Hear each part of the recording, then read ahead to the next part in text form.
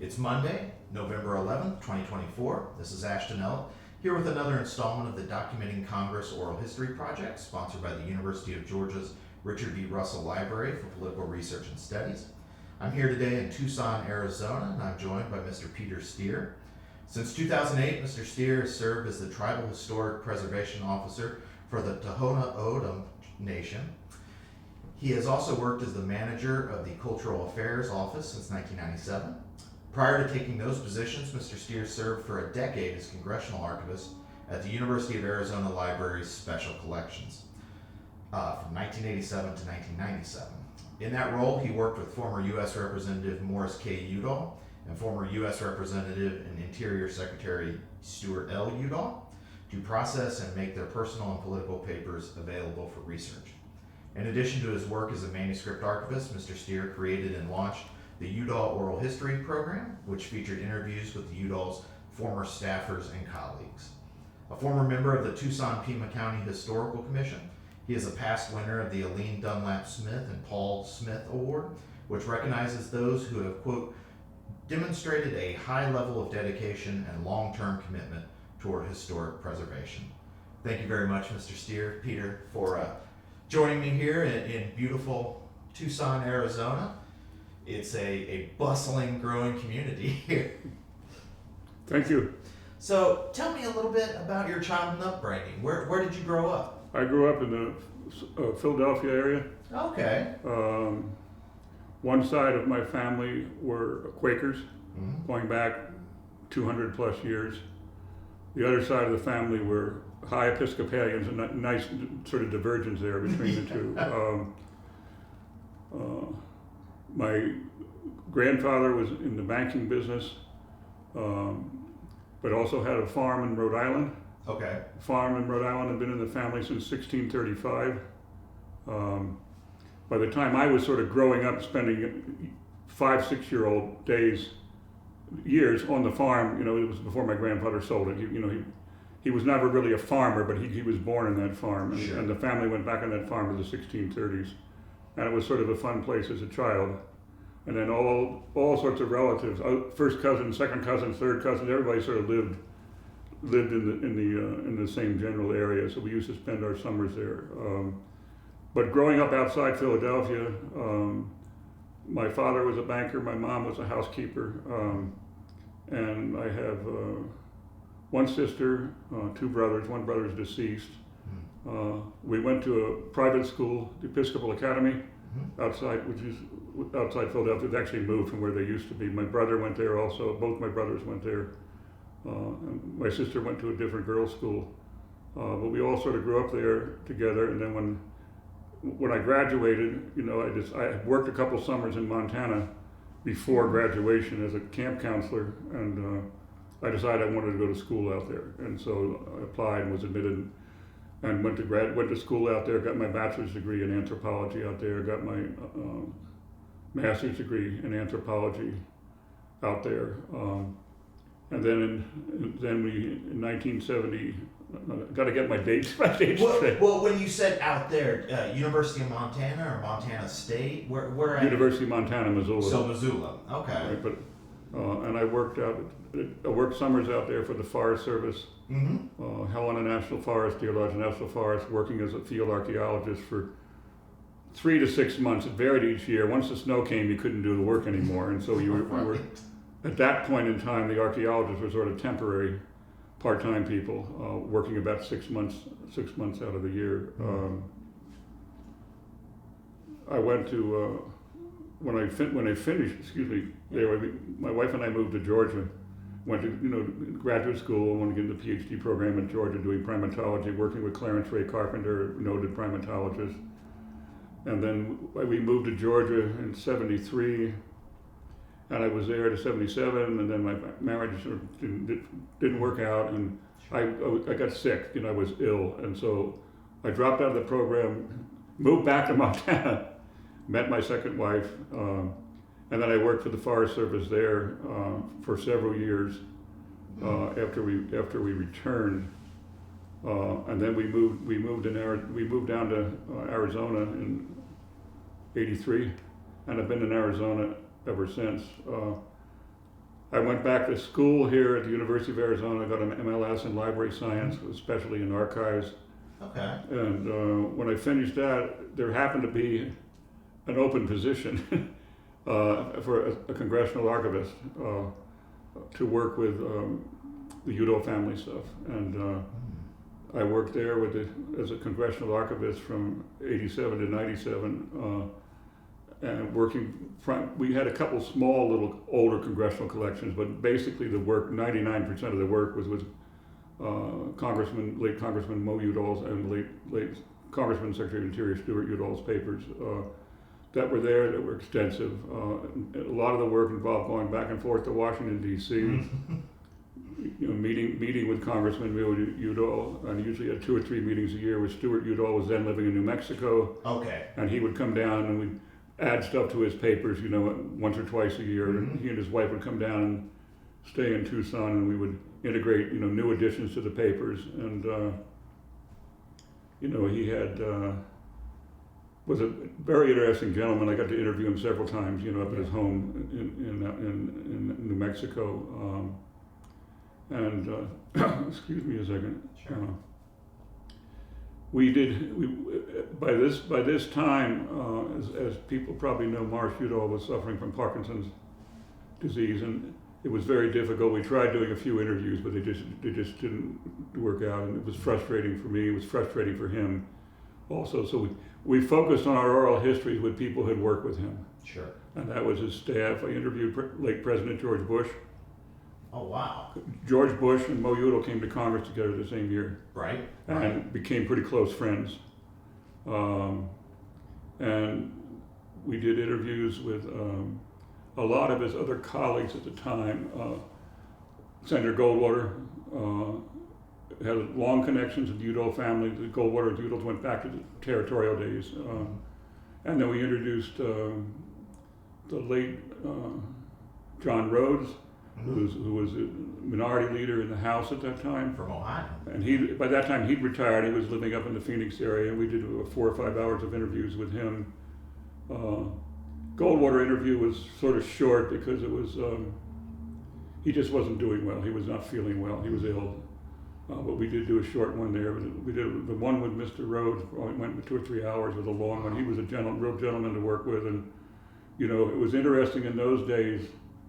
Goldwater and Rhodes, who were known as conservative leaders of the Republican Party, still regarded Mo Udall as a great congressman and a very close friend, even though they disagreed on certain things. Very different than today.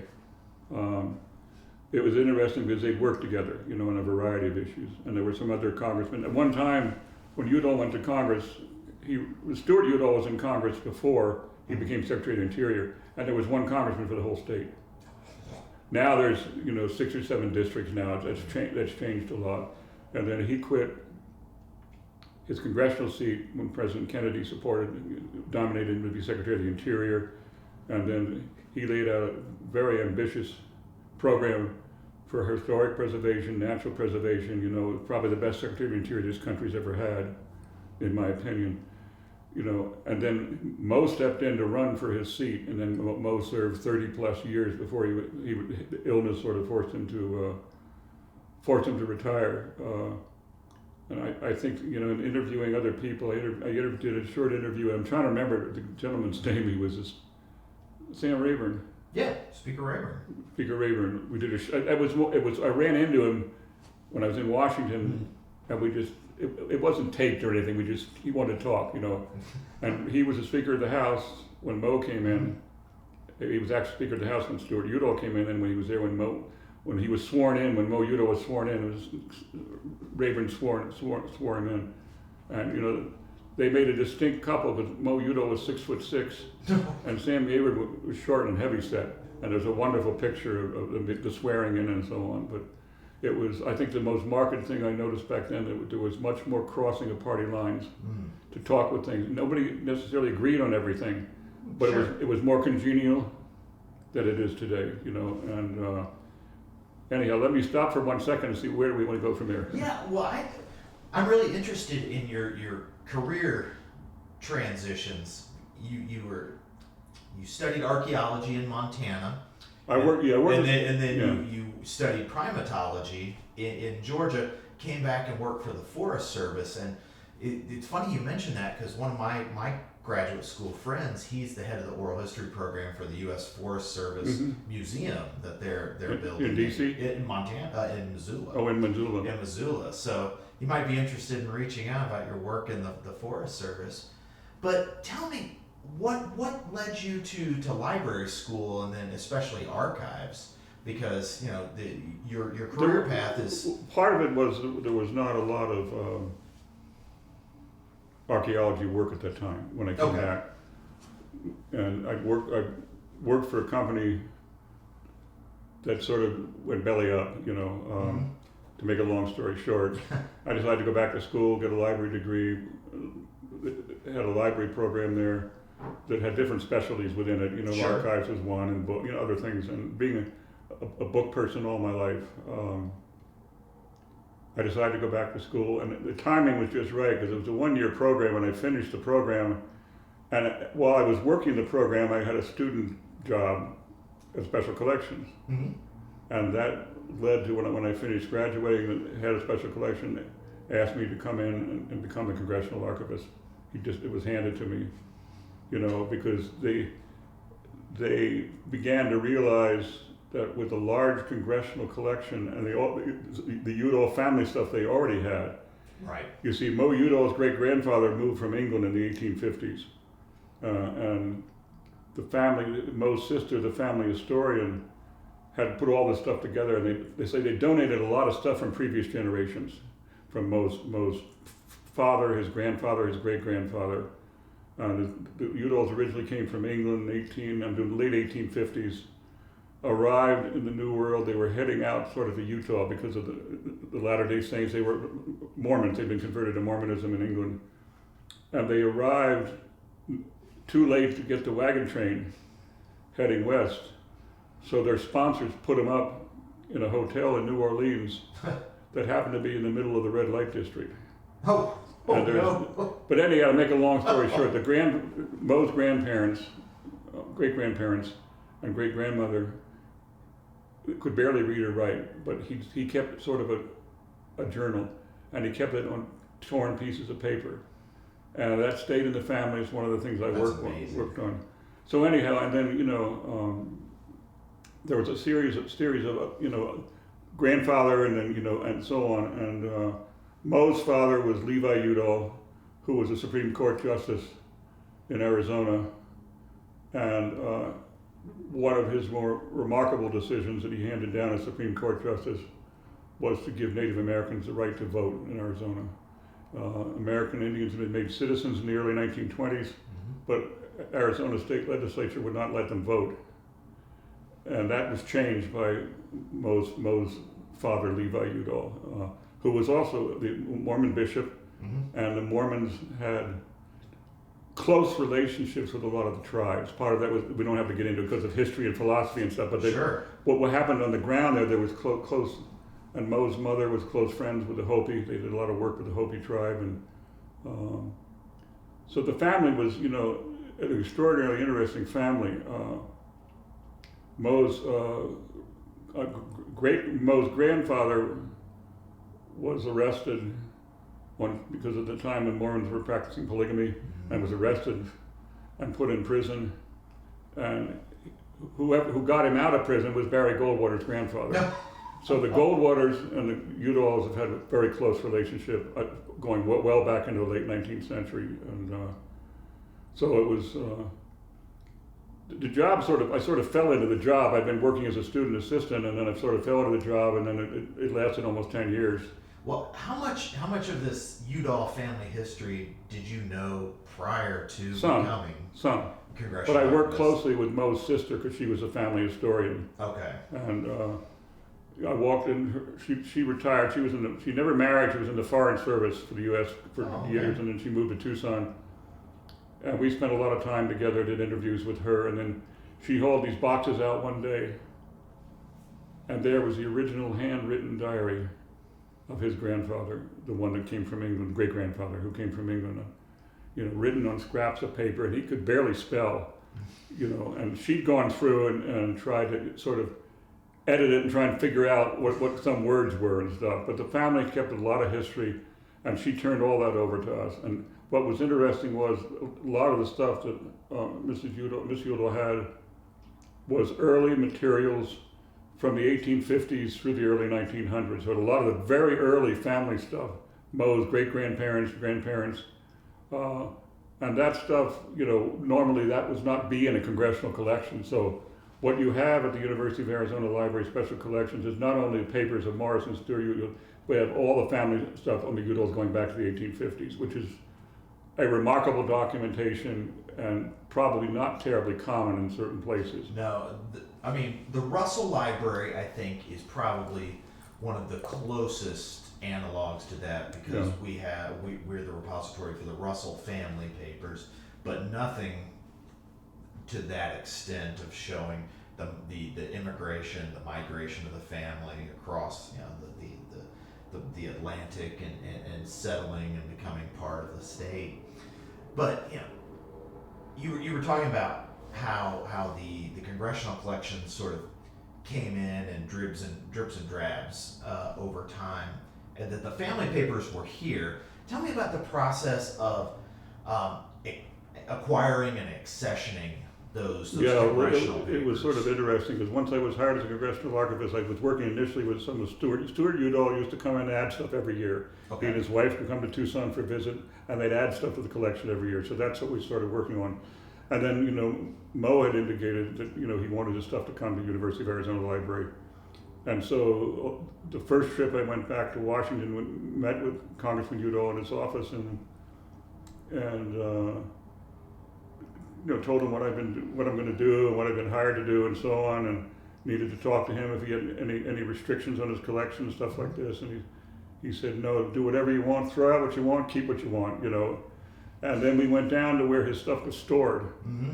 And it was the National Archives Storage Center. I don't remember which one. They're all over the place. Yeah, right. Yep. And so I walked into this room with Congressman Udall and one of his staff people, and they're basically, this would have been 87, 88, right around there. Sure. 1,500 boxes. People got to remember, he's been in Congress for 30 years. Yep. And he retired because of ill health about 4 or 5 years after I started working in the collection. And so what I decided to do was do the preliminary sorting at the archive storage area, not to ship everything out, because I had, 50, 60 boxes of the congressional record. Yeah. Well, and I knew the University of Arizona Library had all those, so I made some calls around, and I finally got hold of a librarian at what was then called Western Arizona College at Yuma. And they said, oh no, we don't have those, we'll take them. And I told this to Mo, and so Mo had all the congressional archives, 30 or 40 boxes, shipped out to the school at Yuma, which has a different name now, I forget what it's called now. But and so we did a lot of sorting there, and keeping in mind that a lot of stuff there was paper. Oh yeah. Much more so.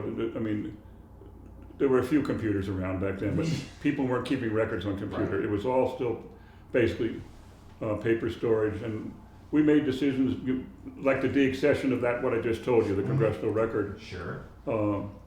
And then we had about 25 or 30 boxes that I remember of bills that Congressman Udall had introduced. And we started going through that, and there were 10 or 20 copies of the same bill. Duplication. And so basically there would be a file, bill number 101, there'd be a copy of the preliminary bill, the write-up, the edited one, the final one. But sometimes there'd be 30 or 40 copies of each one. And so we went through and tried to save a couple copies of each single one, sure, including the final bill. And then it's any associated things with the bill that was related, because Mo became chairman of the Interior Committee and served in that position almost his whole time. And so there would be special files on his work as chairman of the Interior Committee, and that was where his legacy is, all the environmental work that he did. And so I think the biggest thing was just finding how much duplication there was, And me being a person who doesn't worries about keeping just one copy, I usually kept 2 copies. That's my approach. But as we well. ended up throwing a lot of stuff out, and Mo's staff was with him a long time, so there was a lot of consistency in the record keeping the office kept over many, many years. Good. And then there was a whole separate section on Interior Committee, Mm-hmm. and that with its own letters, its own bills, its own correspondence. Right. And Stuart Udall's was a little bit similar, but not quite as the same, because I think when he left Congress, I mean he was in Congress 56, 58. He was reelected in 60, and then he resigned, become Secretary of the Interior. So at least he had 2 terms, Right. 4 terms as congressman. But most of Stewart's papers there are from his time as Secretary of the Interior. Which would be at the National Archives and Kennedy Library. No, we have most of it. Oh, you have some. Yeah. Okay. We've got most of it. I think there was a lot of duplication, and the person who was working with that before me. I see. What I basically did with Stewart's collection would meet with he and his wife, once or twice a year, and they would update and add stuff, and a lot of the later stuff involved, Stuart Udall was a very prolific writer and author, and so he would have draft copies of books and stuff like this. He would very kindly send to me. He said, "Peter, here's the first draft of this book. Would you read it and let me know what you think?" And so those eventually led to drafts of books and then the books themselves. So a lot of the stuff that we dealt with Stewart was his work after he was out of government. He was post-political. Yeah, after he was out of government and was working in the environmental stuff and the law case for the radiology victims of the Navajo tribe, who he worked with, finally got a settlement on that. And so some of that stuff came in also. That was sort of after he had left Congress, so Sure. most of my work with Stewart's was sort of post-congressional, and because most of his congressional stuff had already come in and been partially processed, so we finished that off, and then he had, I remember one of the more distinctive things he had was when President Kennedy was assassinated, Secretary Udall was on a plane flying to Japan for meetings. And the word came out, and a lot of the cabinet people were going to this meeting, and stuff like that. And, he sort of described to me what the reaction was on the plane, which was everything from darn it, damn it, to people crying, everything in between. The plane turned around and came back. And I think another thing that's important to remember, Secretary Udall and his wife had just passed away. No, I'm sorry, got my name. Bobby Kennedy's wife just passed away. Right, Ethel. Stuart Udall and Bobby Kennedy were very close. And that closeness remained between Udall's and Bobby Kennedy's wife after he was assassinated. That remained very close. There was the Udalls, Stuart and his wife are very close to President Kennedy and his wife, Jackie Kennedy. And it was interesting, the only restriction Stuart Udall ever put on his collection was an envelope with 40 letters to him and his wife from Jackie Kennedy. And he wanted those sealed until she passed. Mm-hmm. And there was a lot of personal stuff in there, reactions to her husband's, that kind of stuff. And it was the only thing. I mean, it was one little couple of little envelopes. That was it, So anyhow, I'm going to jump right back to you and ask you another question. Well, what I'm interested in particularly is, Mo and Stuart Udall, very high-profile alumni of the University of Arizona. Both basketball players. That's right. And a lot of times at the university level, when you have alumni of that profile, the university administration gets very interested, government affairs gets very interested, development gets very interested. What was that? Did you receive? What sort of support did you receive from your own library's administration or the university, or were you pretty much Peter Steere, pretty much me, but Lone Ranger. they provided me with funding for almost the entire time I was here to hire student assistants. Oh, good. You got to remember, there's 1,500 boxes. lots and lots of boxes. Lot of Even boxes. though we de-accessioned some stuff in D.C., It's still a lot of boxes. there was still a lot of stuff, and they provided funding for almost 9 years for student assistants.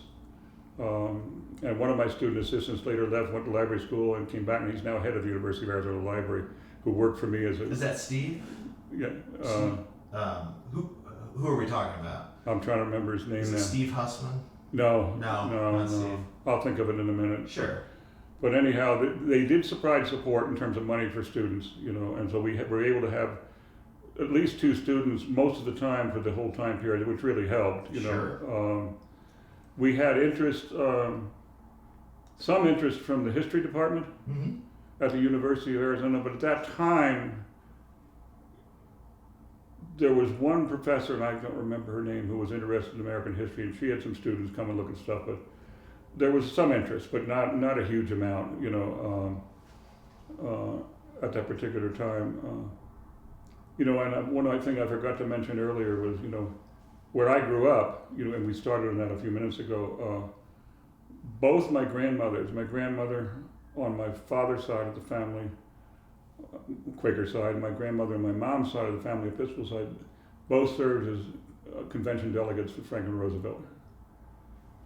And I don't remember, I think it was 36 and 40, but I won't swear by that. But both grandmas had saved buttons. So, we sort of inherited, the family inherited the buttons. But both grandmothers were very interested in politics. Yeah. And obviously, the sort of philosophy of being a delegate and working with, Franklin Roosevelt sort of spread into the family, because my mom was a diehard Democrat, supported Adlai Stevenson. My dad was for the lack of a better word, was an Eisenhower Republican. Sure.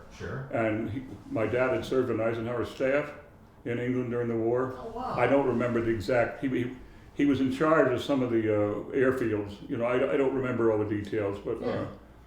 And so, there was sort of an interesting connection, and politics were talked about a lot at the dining room table, Sunday dinner, but it was all very collegial, and my mom or dad might disagree on something, but it wasn't the same as it is today. It's the Quaker style debate where Yeah. everybody talks People until would there's talk an about accord. stuff, and my mom, just was a very strong supporter of Adlai Stevenson, and the campaign, I won't remember a lot of it, but the campaign between General Eisenhower and Adlai Stevenson was debated, but they respected each other. Mhm. There was none of this kind of name calling and stuff you get today. And Adlai Stevenson lost, and he congratulated President Eisenhower, and Eisenhower, was a world hero, and I think it's sad to say, my personal opinion is that the Republican Party today is not the party that General Eisenhower had. It's not the same thing. Some of the Republican senators back then were a very different kind of a ball game, than it is today. Things change and things are very different today, but so there was a lot of politics talked about at the table, the dining room tables, both at grandparents' houses. One set of grandparents was Democrats, my other set was more Republican, but it was sort of interesting. So politics were talked about all the time. Let me guess, the Episcopalian. Pardon? The Episcopalian side were the Republicans. Yes. Okay. Yeah. I was going to look foolish if I guessed wrong, but Yeah, but it was interesting because it was different back then. sure. And even in the Congress, things were more collegial. And if you remember, one of the terrible incidents that happened in Congress, in the 50s was, Senator McCarthy. And eventually both parties got together, and his own party got together to discipline him, but he was going so far out of line on so many different things,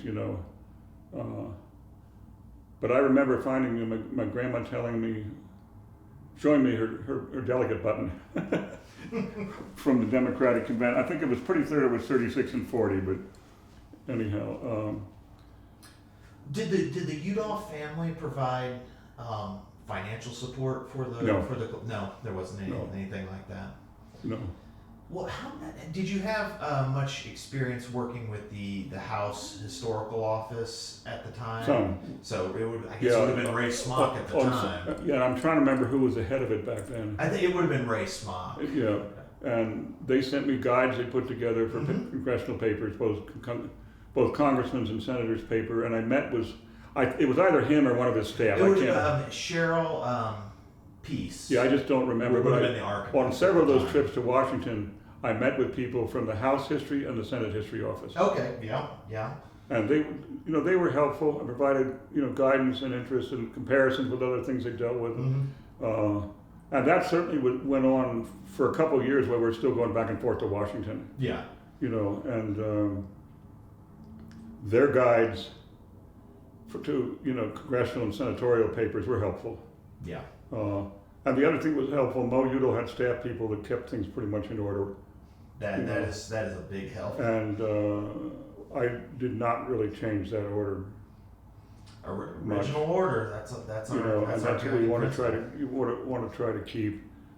And then we had highlighted asterisk things in the finding aid. The finding aid was like 200 or 300 pages, which is available. I think it's still available online I'm sure. at the U of A library. But we highlighted certain collections with asterisks because we knew that people would be interested in like Native American issues. So we asteristed, certain parts of the papers that dealt with Native American.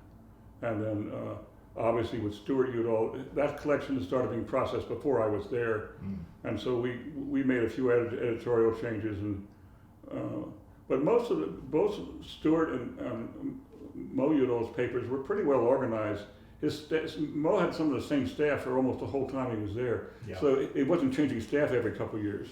And so there was an element of consistency in Mo Udall's paper and Stuart Udall's papers, which was being processed by another colleague of mine at the library before I even came there, because his stuff went back much further in time, was very well organized. I mean, guys are both lawyers, and so there's an element, a genetic element there, I think, with lawyers to try and keep things in order because they're constantly having to go back to things.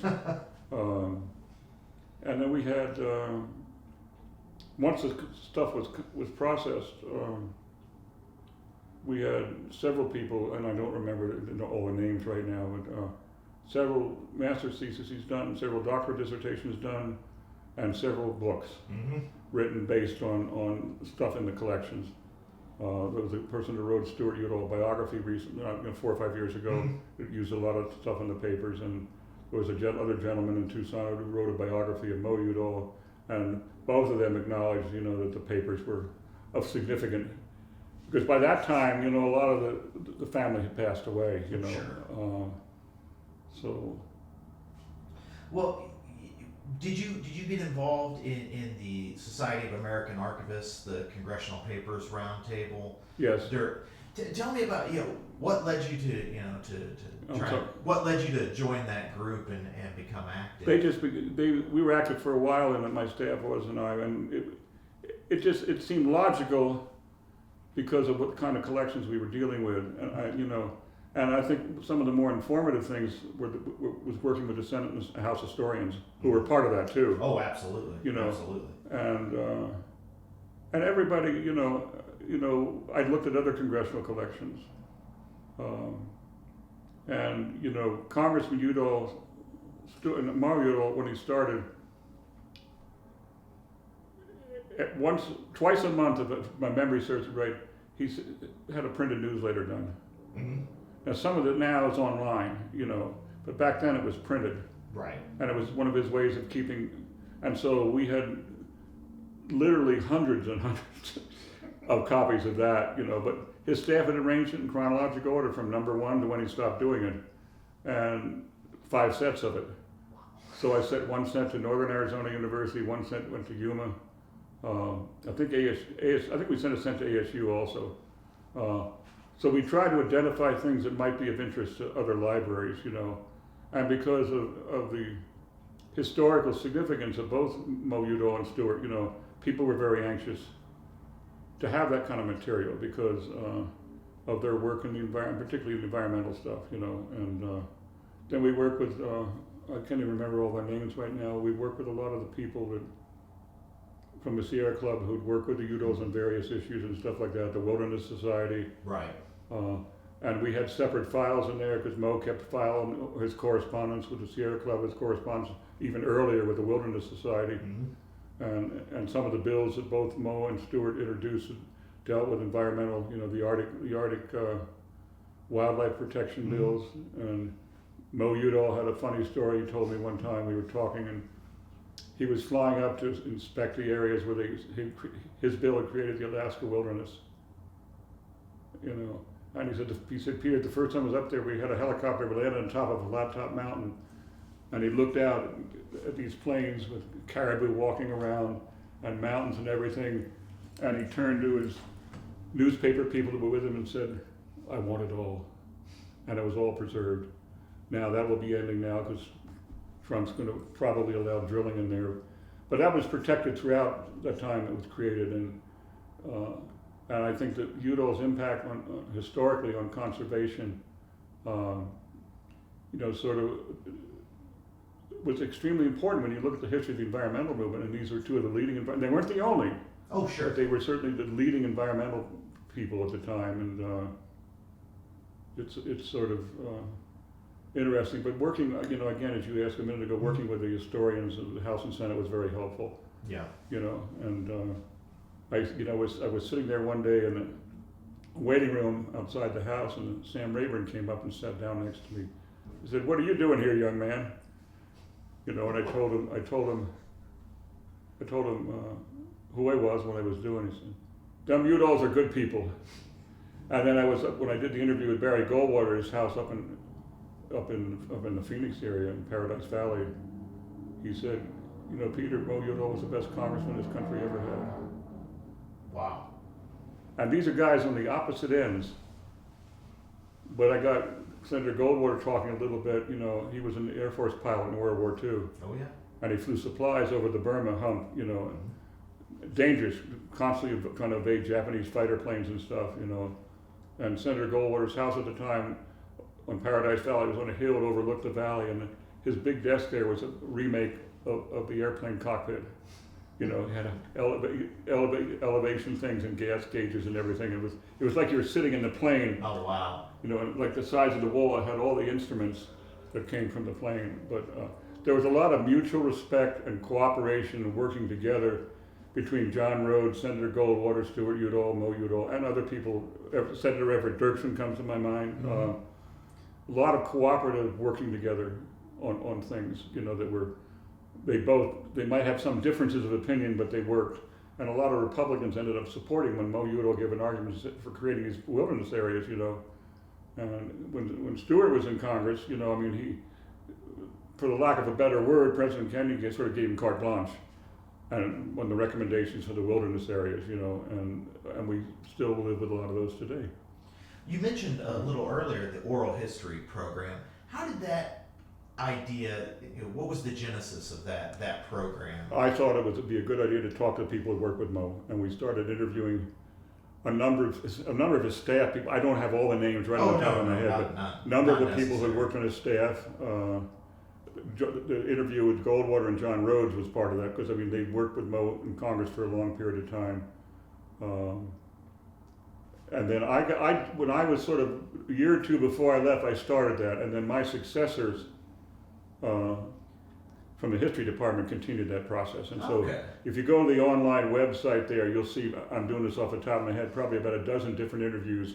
Some of the early ones I did, and then some of the people in the history department picked up on that. And in 4 or 5 years after I left there, they were interviewing other people too. I think they interviewed late President George Bush.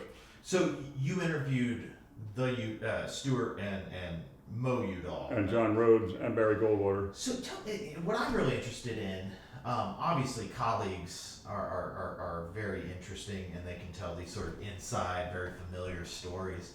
I'm always interested in the staff interviews as historical artifacts. What sort of insights were you able to glean from Stewart and Mo by talking to the people who had worked for them? Not too much with Stewart's staff, because some of them already They're passed away. gone, yeah. But Mo's staff and a number of his staff still stayed in Sure. Tucson area after he retired, and they were very helpful to talk with about processes and how things, a lot of the inside stories that added bulk to some of a bill. How did this bill happen?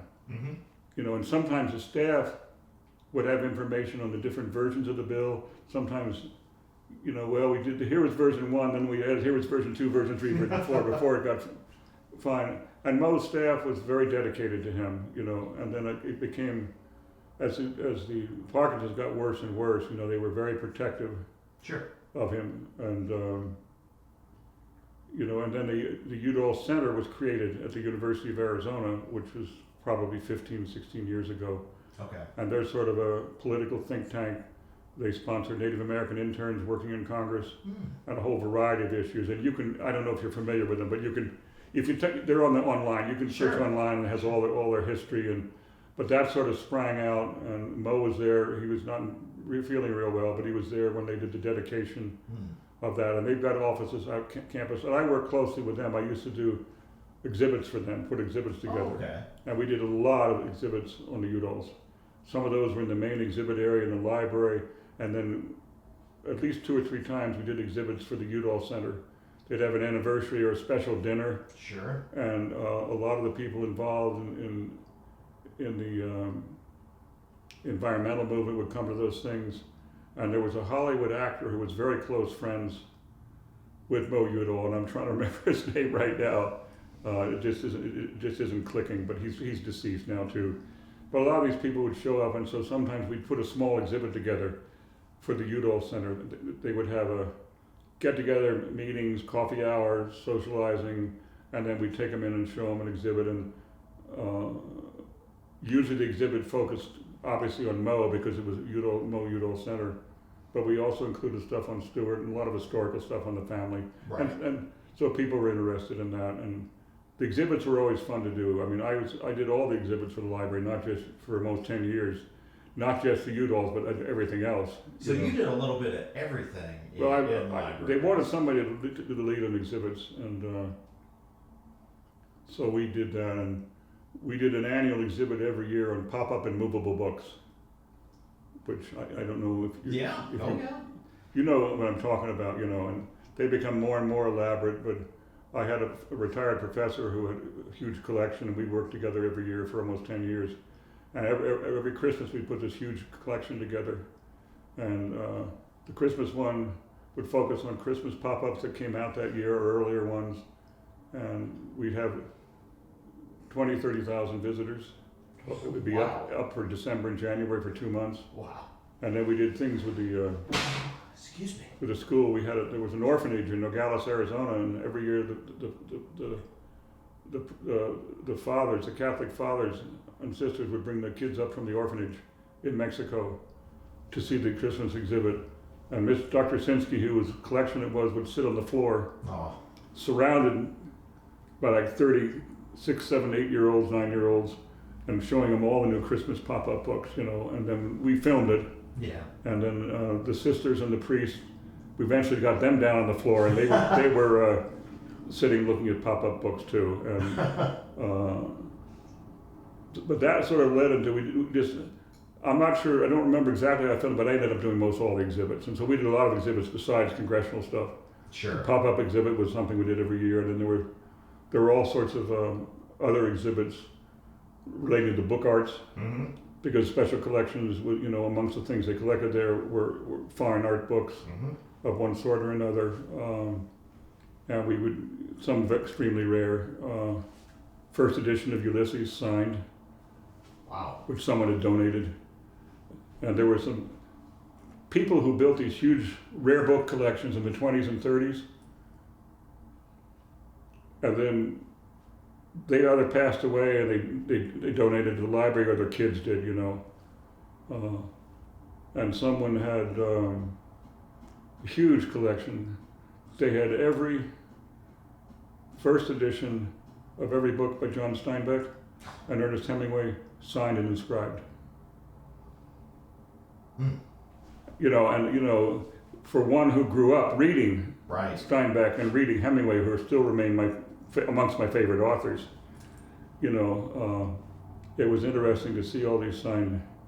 And you know, not only are they unusual for the book market because these are very collectible, you know. Sure. And the last time I saw a monetary thing on I think it was the first edition of Grapes of Wrath signed by them, it was sold for $35,000. But these people were wealthy people who had collections, and toward the end of their life, their kids weren't interested in it, their grandkids weren't, and so they donated it, you know, Yeah. which was sort of. So the job there involved not just congressional archives, but we also, you know, we manned a reference desk and special collections, helping people who were doing research, you know. All sounds very And some of familiar. it, you know, some of it was work with Udall, but some of it was other things too, because Sure. special collections held a lot of collections relating to Arizona history, as you might suspect, you know. So a lot of folks in our profession, congressional papers especially, are sort of long-termers. They make their career in congressional papers. 1997, you decide that's time to make a career change. How did that come about? The library let me go. Oh, well, that would do it. That would do it. I'll say this, you can even edit it out later if you want me. Sure. The librarian at the time, whose name will go unmentioned, instituted a new program, and this was very popular at the time, called Total Quality Management, TQM, and it tore the place apart. We had some very distinguished librarians working there in special areas. One gentleman had been worked there for 50 years in Slavic language books. And, you know, at one of the meetings we were told if we couldn't adapt to total quality management, they would get psychiatric care for us. Well, And so then, I mean, not mentioning names or anything, but sure, you know, please, at the time, please the head of the library just let a bunch of us go. I was up for tenure. I had letters of support from Congress, everybody, and they wouldn't give me tenure. And I think part of it was because I wasn't outspoken in opposition to total quality management. I said, well, what's the applicability to the library? Total quality management at the time was designed for business, not for a library.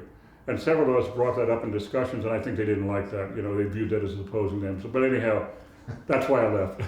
They let me go. Well, tell me about your work with the tribe and perhaps some Well, of those skills that after I left the transferred. University of Arizona, I was looking for another archivist job, and I was interviewing.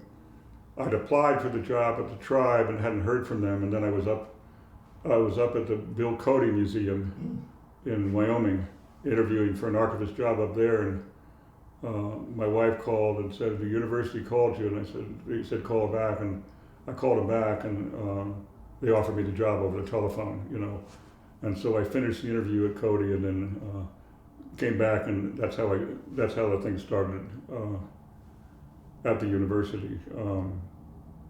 But it was, I'm sorry, I lost track of your question. No. What I Go ahead. No, was, go ahead. was thinking about, you know, the nature of your work with the tribe and Oh, sort of that's right. similarities and differences from. Well, once I left, I'd applied for the job at the tribe, and was hired, you know, as a tribal historic preservation officer, an archaeologist, you know. And at the beginning, it was just me. And then I had one gentleman who used to serve in the legislative council, a tribal member, who had actually introduced the bills to set up this position and stuff. And I got him in my staff, and he was on my staff until he passed away some years later. He was a tribal member, and when he passed away, he was in his 80s. And he'd been working for years before a lot of the TIPOs even came into existence. He'd been working with agencies and stuff. He was repatriating tribal remains from museums before NAGPRA. Oh, wow. Okay. You know, which was interesting. And he was a great person to have on the staff. And then I have this, you know, he passed away a few years ago, and I've got a staff of 3 people, and you know, plus myself. And as you mentioned earlier, you know, with the University of Georgia, we do a lot of work with NAGPRA. One of the interesting things about our work with NAGPRA is that in Arizona, unlike a lot of other states, almost all the tribes in Arizona are where they originally were. Right. Now the land base has shrunk, because the OADOM speakers used to go from Yuma to Gila Bend to the Mexico border and 100 miles into Sonora, you know. Right. But the tribes are basically in reduced areas of where they always were. And that is, I mention that because it's in working with colleagues from other tribes, it's become problematic sometimes for tribes in Oklahoma who were removed from their ancestral grounds. NAGPRA repatriations get a little bit more difficult, a little bit more dicey. That's right.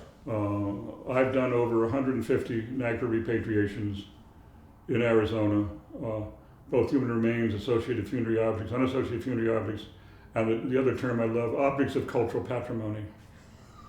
And those were interesting because you know that's something that's not usually done. It's usually ancestral remains and funerary objects, you know. But last week I got 3 more. This museum in Westchester, New York, or something sent me a list. I haven't had a chance to go through it yet. But a lot of the stuff ended up in museums on the East Coast by people buying crafts, and a lot of the craft things are. The museums just send everything.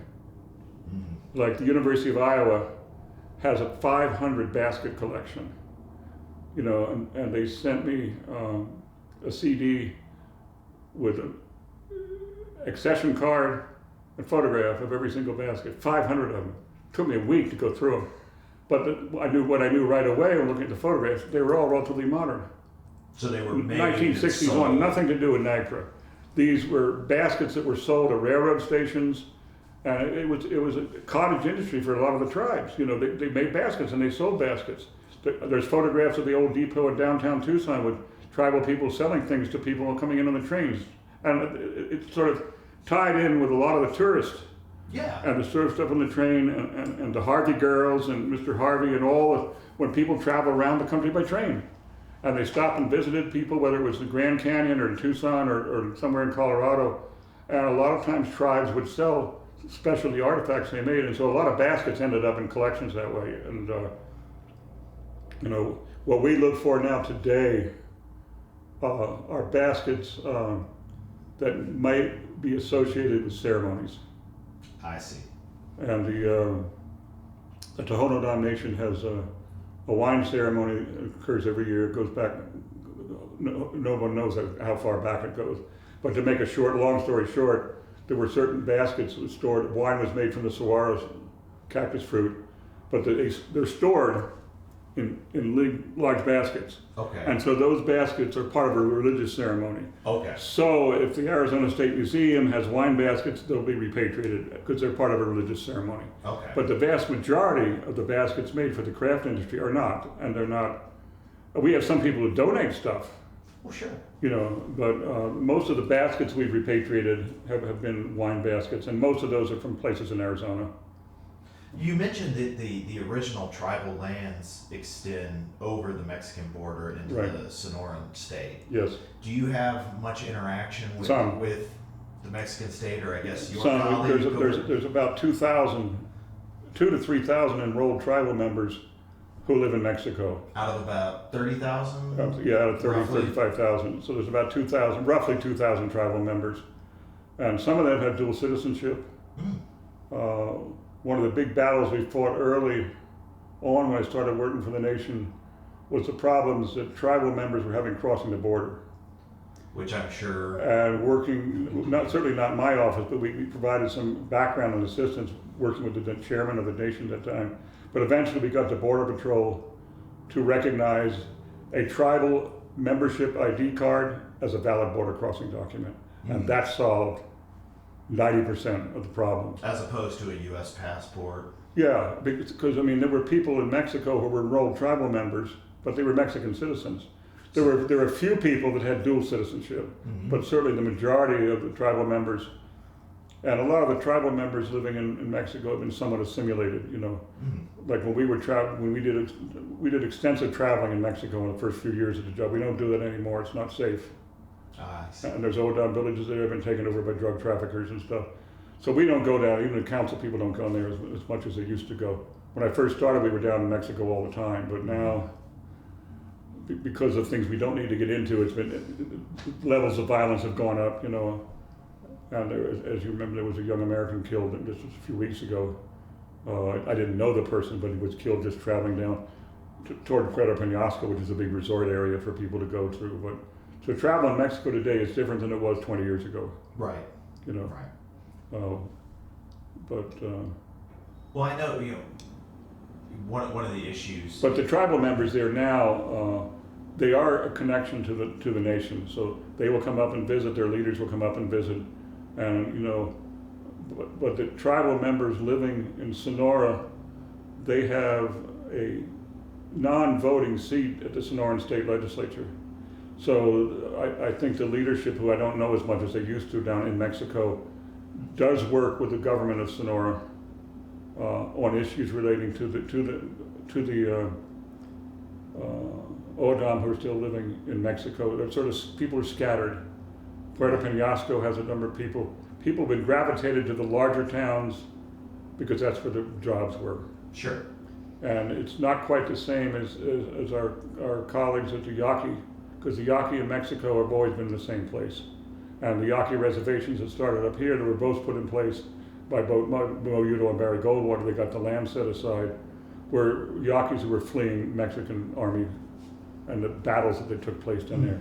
But the Yaqui lands down there are very stable now. They're in the traditional lands, traditional activities.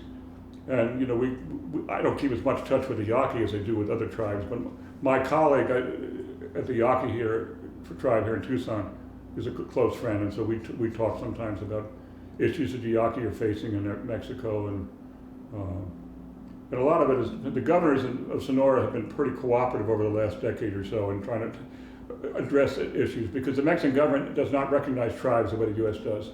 Okay. They're all Mexicans, period. And so the fact that the U.S. recognizes tribes differently is an issue. But I would say overall, I think it's not perfect, but it's improved some.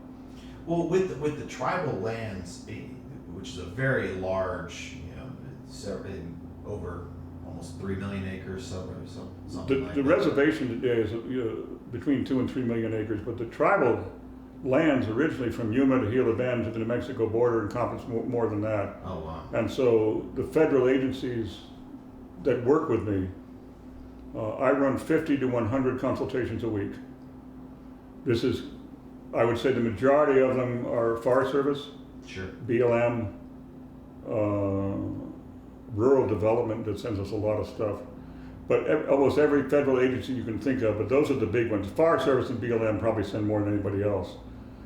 At any project they're doing, you know, whether they're building a trail or timber sale, a lot of stuff related to the mining industry is on BLM land.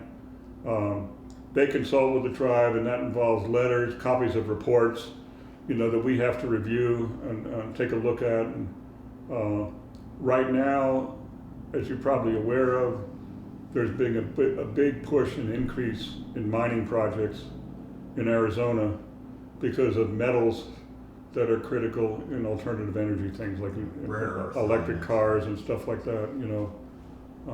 Nice lithium. You know, and you know, the mining companies,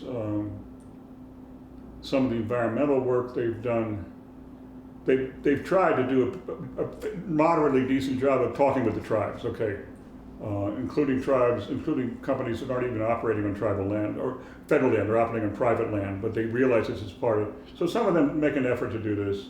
The environmental groups in Arizona oppose the mining extensively.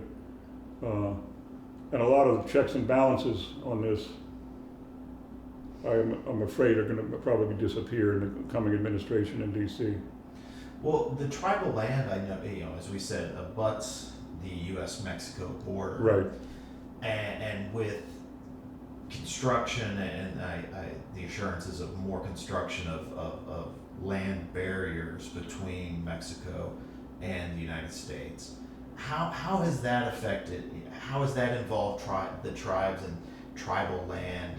How does that work? I guess. Well, you know, we work. The agency beyond BLM and Forest Service, the agency I do more work with is Border Patrol. Okay. We do cultural sensitivity Border Patrol twice a month for new agents coming in. The nation permitted a Normandy barrier to be constructed, you know. And there's a Normandy barrier in the nation's boundary, 65 miles. The nation would not allow a wall to be built, and they won't.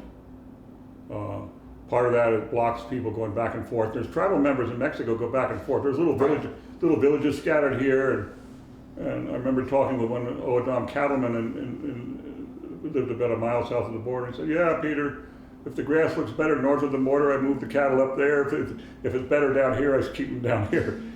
So and I think a lot of the issues, for the tribal leadership has been making sure that they try to help the tribal members living in Mexico. So we have rural health nurses from the tribal hospitals that go into Mexico, and some of these villages are extremely remote.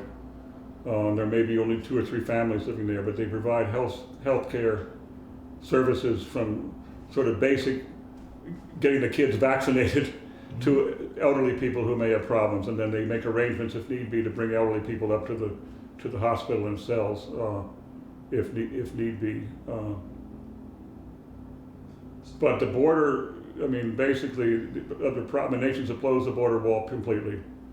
As you leave the west side of the nation onto the Organ Pipe Cactus National Monument, the wall has been completely constructed there. As you move west of Organ Pipe on the Cabeza Prieta National Wildlife Refuge, it's mostly been completed there. Coming from Yuma, heading back this direction, most of that, there's some gaps out there, which I'm sure Mr. Trump's going to try to fill. When you leave the nation, the border wall is constructed on the Buenos Aires National Wildlife Refuge, and then when you leave the Buenos Aires National Wildlife Refuge, you get onto the Coronado National Forest, and the wall's been built there in some places, but not in others, and I suspect those not in other areas are the areas that will go back. And I think the sad thing is that Mr. Trump and his colleagues think this is going to stop people. It doesn't stop people at all. You've seen pictures of the wall. Sure. And there's space between them. Not enough for a person, but small animals can go. One of the big issues have been impacts on wildlife and endangered species. Right. But all the smugglers do now is they go up, settling torch, 10 minutes, they cut a little piece out so people can squeeze through. And if it's in a remote area, it's never going to be detected. You'd have to have agents every mile, and that's not the case. So they keep an eye open, and if there's nobody coming, they cut a little torch, 30 people go through. And so that wall doesn't really stop anything. I remember after the first wall was completed out by Yuma, there was a photograph in the paper, and they had a big celebration down there about the wall being finished in a certain area east of Yuma. And the next day there was a Border Patrol agent out there, and he had a camera with him, and it was a 30-foot wall. The guy had a 31-foot ladder, and 10 people came over. Pulled 2 ladders up, one on one side, one on the other. And so the wall, that's, I think, the frustrating. The wall, for those of us that work out here, the wall doesn't deter anything. And then there's a lot of gaps that haven't been finished because a lot of the construction, one of the hardest parts of construction of the wall is where there's drainages. And I remember talking with the U.S. Army Corps of Engineer guy who was working out there some years ago, and I said, "Well, what are you going to do? You're going to put a culvert in here?" "Oh, we don't need culverts. It never rains in Arizona." And I asked him if he knew what the monsoon season was. He said, "Oh, what's that?" And some of these washers fill bank to bank with a big monsoon storm. And what happens is erosion and stuff. And so, since a lot of these areas, it's very hard, more difficult to build it in the wash. And so a lot of the openings in the wall are washes. Mm-hmm. And then the issue becomes, the Border Patrol finally started working and putting in gates on the washes. So during monsoon season, the gates could be raised so it wouldn't do all sorts of damage. But I think this, for those of us that spend a lot of time on the border, the wall doesn't do anything. It doesn't stop illegals coming up. It doesn't stop the drug people. Whatever ways they move stuff, whether they're moving on somebody's back or flying a plane and dropping something out. I remember, this is some years ago, a rancher lived right on the border, tribal member, and he heard a noise one night and there was a big bang, and he went outside in the morning and they had a plane had come over and parachuted a 150-pound bag of marijuana. And I don't know where they were going with it, but they dropped it right in the middle of the guy's corral. Oh. when he went out in the morning, the horses were rough at night. He thought it was just a mountain lion or something roaming, and he went out and there was a big barrel, big sort of like a hay bale. And so, the flow of narcotics, which everybody wants to stop, is not stopped by the wall. And a lot of the biggest busts that the Border Patrol makes are at border crossings, where a truck comes through and they think it's carefully hidden. And sometimes the Border Patrol sniff dogs are the ones that find it, So some of the biggest, and looking at the news stories on the biggest busts that the Border Patrol had in Arizona in the last 4 or 5 years are often at border crossings where they get something smuggled. It's not to say people aren't carrying marijuana balls in remote areas, but the wall doesn't really stop anything. It may slow people down a little bit, but until you have a time when you have agents that are damn near everywhere on the border, because if you're watching an agent drives by, he's going to go down, it'll be an hour before he comes back, then you do your work. So the Border Patrol patrols the border on tribal land? The tribal allowed that, yes, because the tribal police force. Yeah, that was going to be my next tribal question. Police force it gets involved with that. There's two issues that come across. The bulk of the issues coming forth are illegals crossing the border.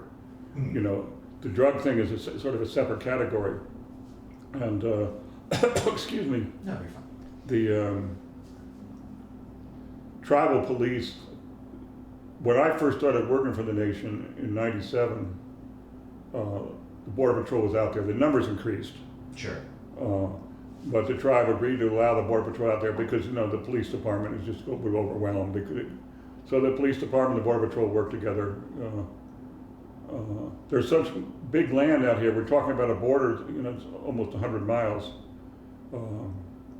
and it's difficult to patrol a big an area. Right. And certainly there are folks, illegals coming up to get asylum come through too, and then a lot of people get in problems in the desert in the summer without water, and so the Indian Health Service gets involved trying to rescue people, and the Border Patrol rescues people, the tribal police, and they have to go to the hospital.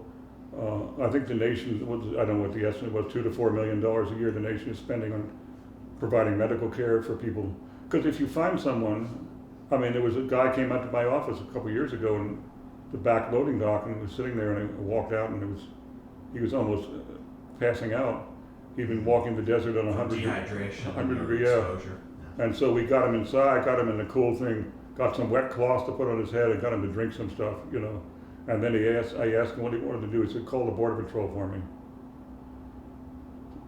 So there's the drug thing, that's one thing, and there's the illegals coming up, and because people, the coyotes bring them up here and charge them, drop them at the border, these people don't have a clue. So the coyotes are the traffickers. The traffickers, the drug traffickers are in the cartel people are in the business of moving people also, But they drop somebody off, south of the border where I work, and it's 110 degrees out there on a July day, and these people don't have adequate food, don't have adequate water, and people die out there. And I don't remember the exact number, but I think in the last decade there's been 300 to 400 illegals that died. I found bodies out there. We've been out surveying and something and come across a skull or skeleton, or partially clothed. People, and some of my staff has run into this before too, and someone who just didn't make it, and we sometimes will have, people have a wallet, IDs and stuff like that, and I try to get those to the Mexican consulate in Tucson so they can, whatever is important there, they can get back, or the family may not even know what happened. Right. But this way, if there is some identification like that, we try to get it to the Mexican consulate so they can contact the family in Mexico. Because usually the Mexican IDs will have an address or a town, Hermosillo, Mexico City. And so we try to do that. But it's a sad situation. And Mr. Trump can build his wall, the rest of it all the way, but it's still not going to stop people. Because, And I think people who don't live here, people who may have supported or voted for him, don't understand. The wall, to my extent, is largely a waste of time and money. You know, and I remember the first time, I guess I can share this story with you. They were putting up the first parts of the wall on the Buenos Aires Wildlife Refuge, and we went out to look at it, and they had these are 5-foot spans go into the piece, and then another 5, and they're sort of cross-connected. And the contractors were there putting this first piece in the ground. And they put it in the ground and it fell over. And the problem was they hadn't gone deep enough. And then they finally had to realize they needed to go deeper and needed to set the bases in concrete, which they ended up doing. But they tried it again in the same place, and they got it back up again, and they hadn't deepened the thing enough. And we're starting to work on that, and then a big raven flew into Mexico, flew into Mexico, and the raven came and sat on top of the section of wall and proceeded to poop on top of the workers. And, ravens are large, substantial birds, and I think the sadness is sometimes the walls have really hurt the wildlife. And there are endangered species like the Sonoran pronghorn out on the west side whose migration routes back and forth to Mexico are now being cut off. And, this isn't going to affect deer, but, the Sonoran pronghorns on the endangered species list. And at one time, there was only 30 of them left. And now that, because of breeding and Fish and Wildlife Service and working with their colleagues in Mexico, I think the herds now in both Mexico and U.S. are up to over 300 or 400. So it's been a success story, but part of that has been the crossing. Now, what the Border Patrol does do sometimes, every big wash where they finish the wall has gates, and those gates can be opened. So if they know a monsoon storm's coming, to go out over these huge gates that weigh tons, and they have a machinery that goes in, jacks it up, and then they'll leave that open. Some of those will be left open during monsoon season. And I think what they end up doing is parking an agent nearby because they're open. But if they didn't open those, the wall wouldn't stay. It'd just be... Because, if you get a really bad monsoon storm, it'll cut down 3 or 4 feet. And I've seen situations out there where the concrete that it's stuck into is completely exposed. And once it gets exposed like that, then the concrete can break down. Once the concrete starts cracking, the wall falls over. Just when it was first placed in the dirt. Monsoon storms can become raging torrents in the washes out here. And I remember that when they first put the wall up, they had some bad flooding that flooded a town out here because they learned as they went by they needed to put floodgates in on the big washes, because if you don't, it's not only it forms a dam, and if there's a town nearby, it'll flood the town, or in some cases, the floodwaters are hard enough, it'll take the wall down. Pardon my ignorance, Yeah. but isn't this something that should have been known by anybody building on the border? You would have thought so, but a lot of times the contractors, the people, I don't want to say this in a bad way, but some of the contractors selected was because of political connections. But the problem is, I remember talking with a young engineer over by Bisbee on the part of the border out there. We also deal with the nation's traditional use area outside the reservation boundaries. So I'll deal with stuff in Yuma, I'll deal with stuff on the New Mexico border, because those were the tribal ancestral lands, right? And I just lost track of where I was going with that. What did I say? Well, we were talking about working with tribal activities outside of the existing borders, but we were talking about knowing about how to build things and where to build things. Now I remember what's right. It was over by Bisbee, and they were putting in wall stuff and doing road improvements along the border, and you're driving on a road and then there's this big wash you go into, and they were putting parts of the wall up, and they were the road went 100 feet across the wash, and we were stopping and looking. I got talking with a young engineer, And this particular project, he was an engineer for the U.S. Army Corps of Engineers, nice young man from Tennessee. And I asked him, I said, oh, you just had a bird down there. Mm-hmm. I asked him, aren't you going to put a culvert in here? I mean, you have a 100-foot wash and you have a dirt road going through it, And he said, oh, we don't need culverts, it never rains in Arizona. And so you had an engineer who was used to be working in Tennessee, Kentucky, and his idea was that there's no water out here. But during monsoon season, they become raging torrents, depending on the amount of rain, the storm, and everything like that. So that was sort of interesting. I think they've improved that quite a bit, and they certainly become more familiar. But a lot of the early days with the border building during the first Trump administration, they were just bulldozing. They took a 10-foot wide road because the border has a thing called the Roosevelt Reservation, which is a 60-foot thing put in by Theodore Roosevelt so the U.S. can maintain the border. And when I first started working here, there was a 10-foot wide Jeep trail on the border and barbed wire for the ranchers keep cattle. And the reason the barbed wire was put up was to protect against hoof and mouth disease on cattle. But anyhow, they started, that all got torn out, and they started putting, a lot of the initial start was Normandy barriers, which the tribe did not object to because it still allows animals to move back and forth. And a tribal member can't climb a 30-foot wall or an 18-foot wall. And then that's why the tribe permitted the Normandy barriers on the nation, but it's, they've gotten better at it, I think, and one of the things that indicates they've gotten better, wherever there's a big wash, they put in floodgates that are movable. And so if they know a big monsoon storm is coming, they can open the gates. That way the water can move in its natural pattern and not run into a dam. Right. And the severity of the storm, the amount of water can be rather large in terms of, and it carries stuff with it.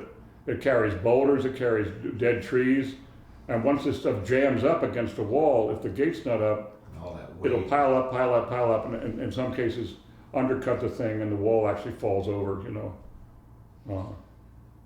Well, I think we've covered a lot of, speaking of covering territory, we've covered a lot. I'm going of to jump back and go territory. ahead if there's any other questions. No. I tend to digress. No.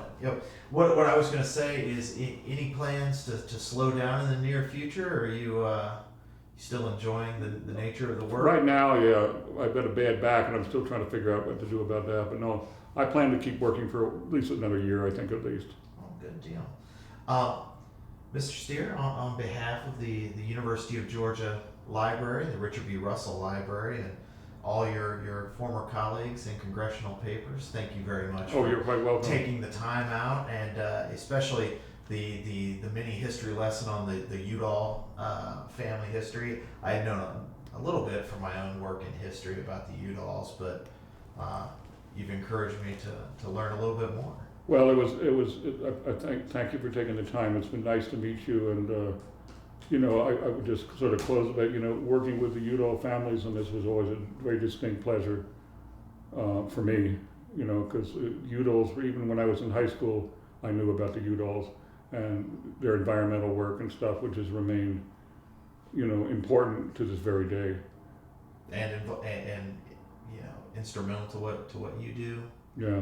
In your current position. Yeah, that's certainly tied together, because the tribe, anytime the tribe is doing a project, building a home or building a business or something, my staff and our biologist staff, we do surveys, survey the land, make sure there's nothing there. The saguaro cactus are regarded as sacred by the nation, so any kind of home site or business site, if there's saguaros there, we make them adjust the thing to avoid impacting on the saguaros. And then if there's an archaeological site there, we have them move a little bit to get away from the archaeological site. And so my department and our biology people review lots of different projects on the nation, for building. And, the nation has a strong environmental commitment, to protect cultural resource sites and certain plants, the saguaro not being the only one, and our biologists work closely with U.S. Fish and Wildlife on endangered species issues. that does occur in the nation occasionally, jaguars, Right. ocelots. There are issues because a lot of the nation is open, and a lot of the nation there's animals can move back and forth. But thank you. No, thank you very much, Peter. I Yeah. really do appreciate it.